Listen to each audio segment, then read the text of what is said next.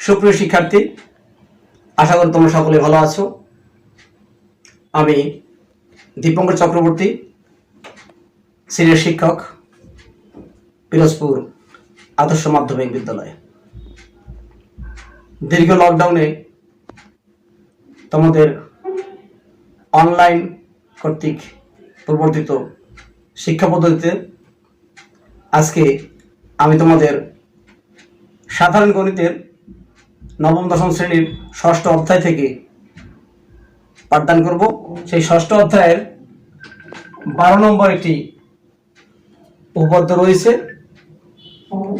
যে উপপাদ্যটি হলো এবিসি ত্রিভুজের বিসি বাহুর মধ্যবিন্দু ডি হলে প্রমাণ করো যে AB plus AC greater than twice AB.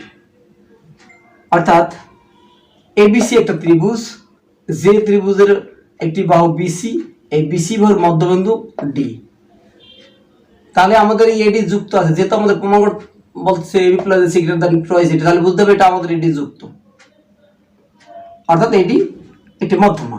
তাহলে আমাদের প্রমাণ করতে হবে যে AB plus AC greater than twice A D. তোমাদেরকে যদি সহজভাবে বলতে চাই তাহলে ব্যাপারটা এরকম দাঁড়ায়, আমরা যদি এটা মাপি যে এবি এর দৈর্ঘ্য আর এসি এর দৈর্ঘ্য যতটুকু হবে তা হবে এডি এর দৈর্ঘ্যের দ্বিগুণের চেয়ে বেশি। সেটাই এখানে প্রমাণ করতে বলছে। যদি আমরা পরিমিতির দিক থেকে যাই সেখানে ব্যাপারটা এরকম। তা আমরা এবারে এটা প্রমাণ করব। তা প্রমাণ করার আগে আমাদের কতগুলো নিয়ম আছে, যে নিয়মগুলো আমাদের করতে হয়। যেমন একটা প্রতীকী করার সময় প্রথমে থাকে সাধারণ নির্বাচন, বিশেষ নির্বাচন, এরপরে প্রয়োজন ভিত্তিতে থাকে অঙ্কন, তারপরে প্রমাণ। তা আমাদের এখানে সাধারণ নির্বাচন নেই, আমরা বিশেষ নির্বাচন থেকে করব। তো বিশেষ নির্বাচনে আমরা শুধুমাত্র এটুক লিখলেই চলবে,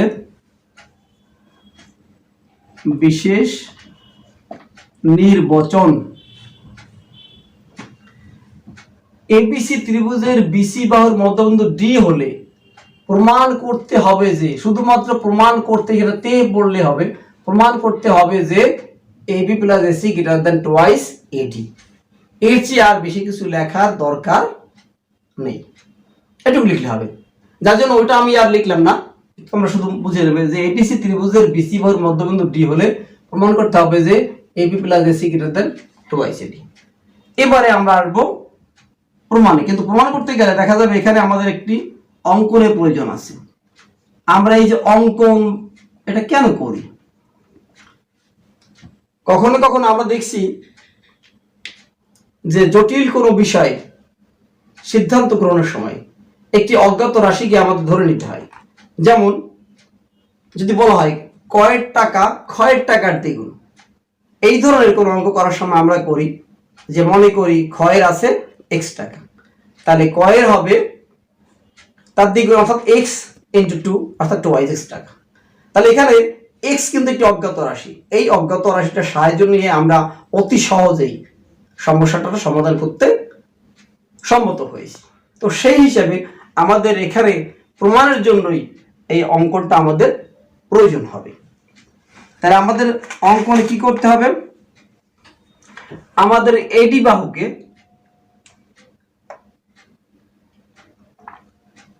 একটা নির্দিষ্ট সীমা পর্যন্ত বাড়াতে হবে। সেই নির্দিষ্ট সীমাটা কি? এডি কে ই পর্যন্ত বর্ধিত করি যেন এডি সমান ডি হয়। অর্থাৎ এই এডি কে বর্ধিত করলাম কতটুক? এখানে এডি এর মান যতটুক, এই ডি এর মান ততটুক। এবার আমি সি যোগ করি, তাহলে এটুকু হলো আমার অঙ্ক। তাহলে আমরা এখন লিখতে পারি কি?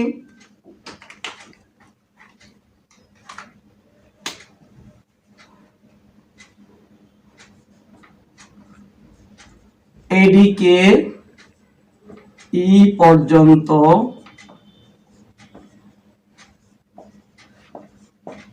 বর্ধিত করি যেন এডি সমান ডি হয় সি যোগ করি। আমাদের লেখার সময় একটু খেয়াল করতে হবে, এডি কে ই পর্যন্ত বর্ধিত করি, আমি মাঝখানে কিন্তু এখানে কোনো চিহ্ন দেইনি, তাহলে বুঝতে হবে এটা একটি বাহু। এডি কে ই পর্যন্ত বর্ধিত করি যেন এডি সমান ডি হয়, এটা দুটোই কিন্তু বাহু, এবং সি যোগ করি, এখানে কিন্তু আমি একটা কমা দিয়েছি, অর্থাৎ সি বিন্দু এবং ই বিন্দু যোগ করি। আমার কিন্তু অনেক সময় অনেক ছাত্রছাত্রী ভুলে কিন্তু এটা করা হয়, এটাকে সি যোগ করি, আসলে কিন্তু ঠিক না, এখানে কমা অবশ্যই দিতে হবে, সি যোগ করি, অর্থাৎ দুটো বিন্দুকে আমরা এবার যোগ করছি। এখানে সি কিন্তু একটি রেখা নয় বা কোনো বাহু নয়, এখানে সি দুটো স্বতন্ত্র বিন্দু। এবারে আমরা আসবো প্রমাণে।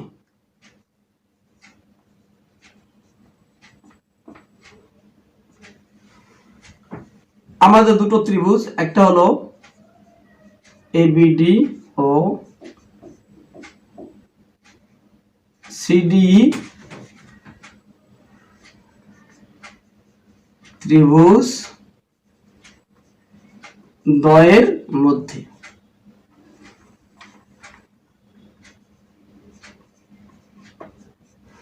অর্থাৎ এই ত্রিভুজ আর এই ত্রিভুজ, এই দুটো আমরা সর্বসম প্রমাণ করার চেষ্টা করব। আমরা দেখি এই দুইটা ত্রিভুজের মধ্যে কি কি সমান আছে। সর্বসম প্রমাণ করার ক্ষেত্রে কতগুলো শর্ত আছে, সেই শর্তের মধ্যে যে চারটা যে কারণ আছে সর্বসম প্রমাণের, সেই চারটা কারণে কোন কারণের মধ্যে এই দুটোকে আমরা আবদ্ধ করতে পারি সেটা আমরা দেখি। তাহলে এই দুটো ত্রিভুজে কি কি সমান আছে, তাহলে আমরা প্রথমে লিখতে পারি এডি সমান ডিই, অর্থাৎ এই এডি বাহু সমান এডি বাহু, অর্থাৎ একটা কারণ থাকতে হবে। তাহলে সমান কারণ কি, আমরা অঙ্কন অনুসারে, আমরা যেহেতু মেপে আঁকছি, তাহলে অঙ্কন অনুসারে।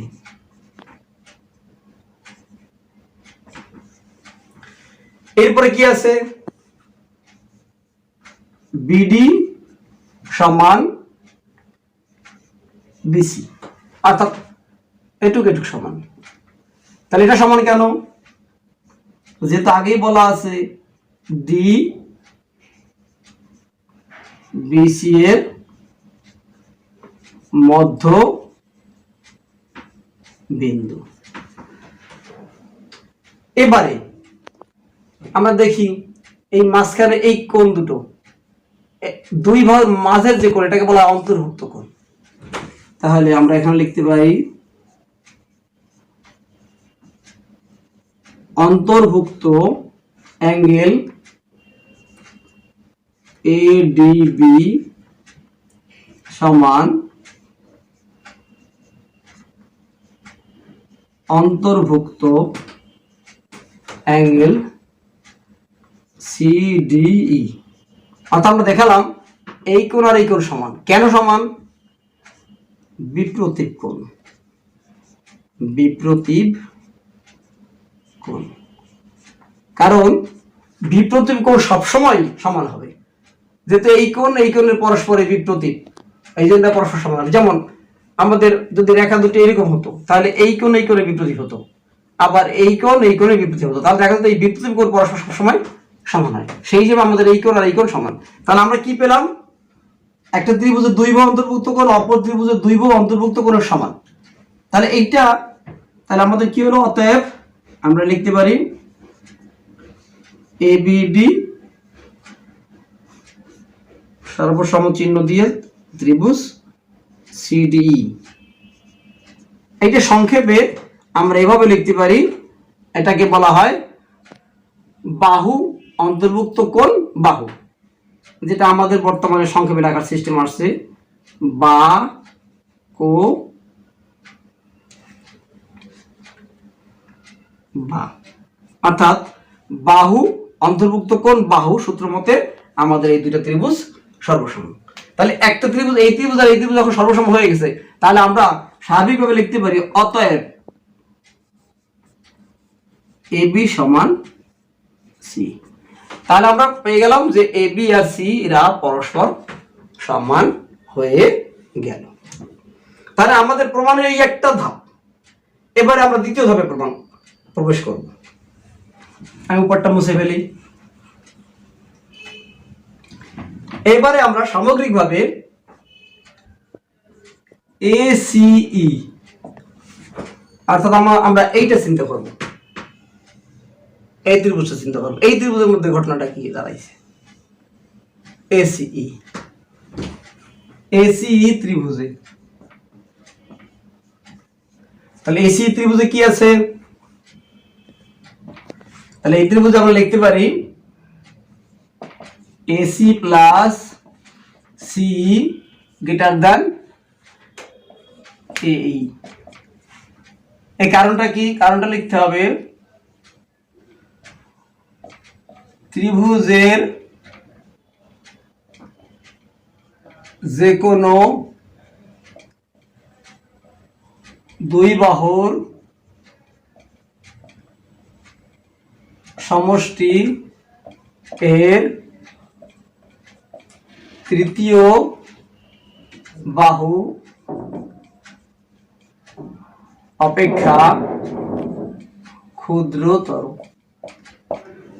ত্রিভুজের যে কোনো দুই বাহুর সমষ্টি, আমাদের ACE ত্রিভুজ, এর দুটো বাহু ছিল AC প্লাস CE, এই দুটোর যোগফল হবে তৃতীয় বাহু এই অপেক্ষা বৃহত্তর। এই জন্য লেখা আছে AC plus CE greater than AE।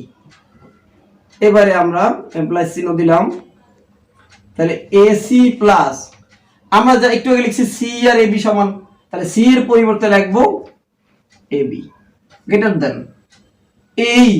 আমি এই না লিখে লিখতে পারি AD plus DE, AD plus DE। এখানে আমি লিখতে পারি যেহেতু AE equal to AD plus DE,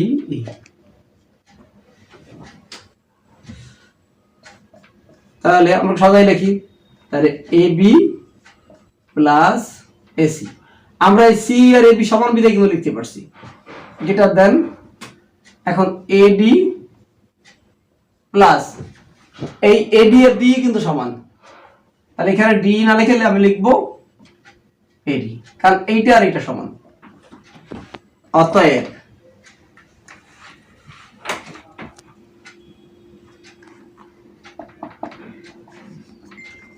AB plus AC greater than twice AD প্রমাণিত।